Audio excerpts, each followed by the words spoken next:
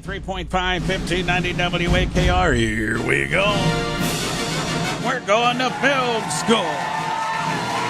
Film study professor Joe Fortunato joins us on Friday mornings, and we're certainly happy that he does. And today we're going to go back and look at the career of one Robert Redford. And boy, you could list movie after movie, hit after hit with this guy's. But Joe has pulled out a real good one that's right up my alley of espionage. And Joe, why don't I let you take it from there, my friend?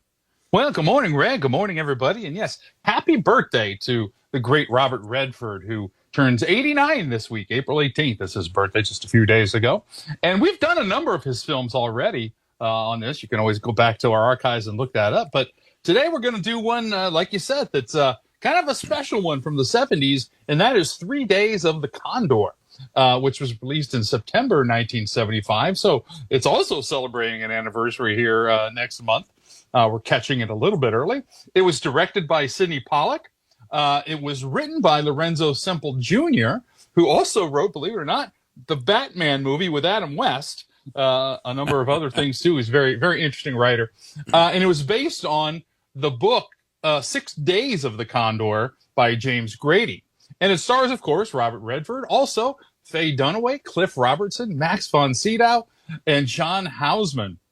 And for those who aren't familiar, just the quick log line of this film is Redford plays a bookish CIA researcher in Manhattan, and he finds that all of his coworkers are dead in his office, and he must outwit those responsible until he figures out who he can really trust. So, like I said, he works for the CIA, but he's kind of just a lowly bookish guy that does menial work in the office. He's not a spy, and he gets involved in some serious stuff.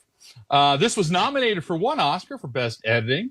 And this was one of 7 movies that director Sidney Pollack made with Robert Redford. So, we think of, De Niro and Scorsese or whatever, but this is really one of those, fruitful collaborations between director and actor, Sidney Pollack and Robert Redford.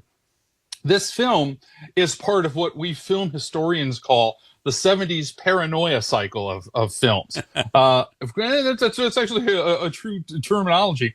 And of course, the 70s was a fertile period for political paranoia in the real world, like Vietnam and Watergate, the Cold War. There was always this sense of mistrust of institutions and authority. So there was a whole host of movies in this period, like 3 Days of the Condor, as well as The Parallax View, The Conversation, Marathon Man, All the President's Men. So that's what we call a film cycle when there's a similar group of films. Anyway, so that's part of it. We can even veer into sci-fi a little bit if you wanted to consider Soylent Green as a paranoid film as well in that time period. Anyway, the picture was shot on location in New York during the fall of 1974. The screenplay itself is so well regarded that it's actually still used in some university film courses as an example of a good screenplay. And it was released a year after the publication of its source novel, 6 Days of the Condor, that I already mentioned. And it did have some pretty important people in the background as well. Former CIA Director Richard Helms acted as a personal consultant to Robert Redford in his role as the Condor. With us is Joe Fortunato, film study professor, 3 Days of the Condor. And I love the way the film, Joe, to me, the film jumps you right from the beginning, the opening 15 minutes when he's just kind of a guy going out to get coffee and donuts, and he comes back and sees all heck breaking loose. Yeah, well, I mentioned that it was nominated for Best Editing, and what's kind of interesting here, if you want to break it down and get all geeky on it, excluding sort of the action during the opening credits, this film has approximately 1,172 shots in its 1 hour and 53 minutes, which averages about 5.8 seconds. So it's pretty quick paced, especially for films made at that time period.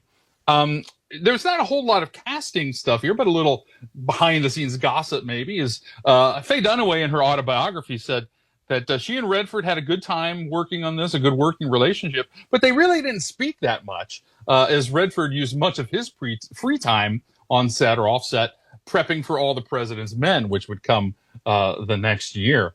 And the film was shot in autumn, but it was set in winter, so on the streets where the movie was being filmed, all those saplings, the tree saplings, had to be defoliated and the leaves removed from trees to create that wintry look.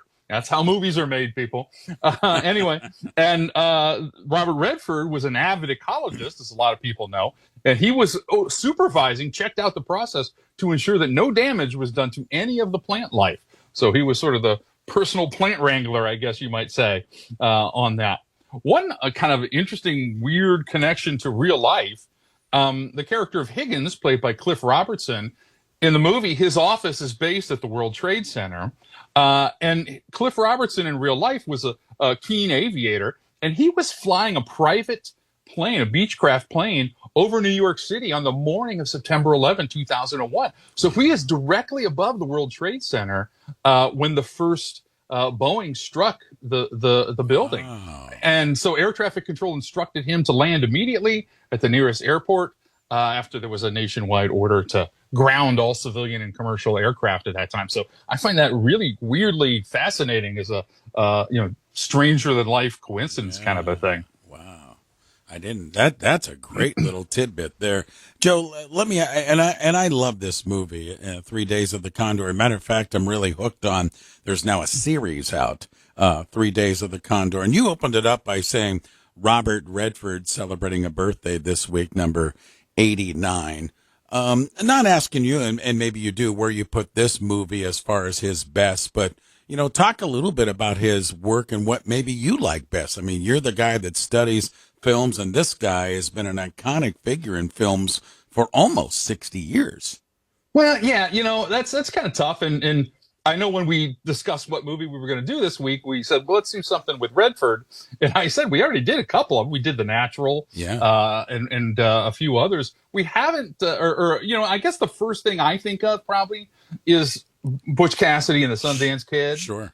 And even his own production company is Sundance. So that's kind of part of his, his DNA as an actor, I guess you would say. But he does have he's done romantic, comedies with Barbra Streisand and of course the Sting, another one we've done. You can look up in our archives as well. So, he does have quite the impressive lineage as a filmmaker and contributing to the industry as a whole, because like I said, he was the founder of the Sundance Film Festival, and that's a pretty important, even still, film festival for new filmmakers and studios to premiere their films at. So it's one of the top film festivals in the world. I would say my top of my list for Redford is the movie you mentioned a couple of minutes ago. I love him in All the President's Men. I think he's just terrific, and I'm a huge fan of that movie. So today, 3 Days of the Condor, Robert Redford, as we go to film school with Joe Fortunato. Joe, coming up in a little less than a month now. We've got film school coming up, and we're going to look at one of the great movies, certainly in your life. I know you're a big fan of it, and we're going to Jilly's on the Road. Yep, it's one of my favorite movies. We're doing Fortunato Film School live at Jilly's Music Room, and that is September 20th at 11 a.m.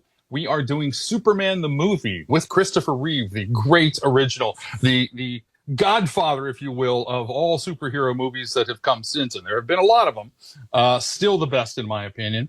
And for those who are new to what we do, you and I, Ray, will talk a little bit about the film for a few minutes beforehand. Then we'll screen the film together, and I will do live commentary, pointing out production stories, trivia, movie mistakes that we see on screen, and just a little stuff like that. And then we'll talk about the movie afterwards. So it's not just a screening. I want to, impress upon people, hey, I saw Superman this summer. I don't need to see it again. Well, even more so, come and see it with us, because we'll take you behind the scenes. And it's a really fun experience. We have a lot of fun learning, and it's a great movie. And if you haven't seen the movie for whatever reason, by all means, this is your way to check that off the list. You can get tickets at Jilly's Music Room website. You can go on Facebook and look for Fortunato Film School Live, or maybe the easiest thing to do is just go to my website, joefortunato.net, and there are links to the events page, and you can get tickets from there. And tickets are available now, and you want to get them now because we're hoping for a sellout, and certainly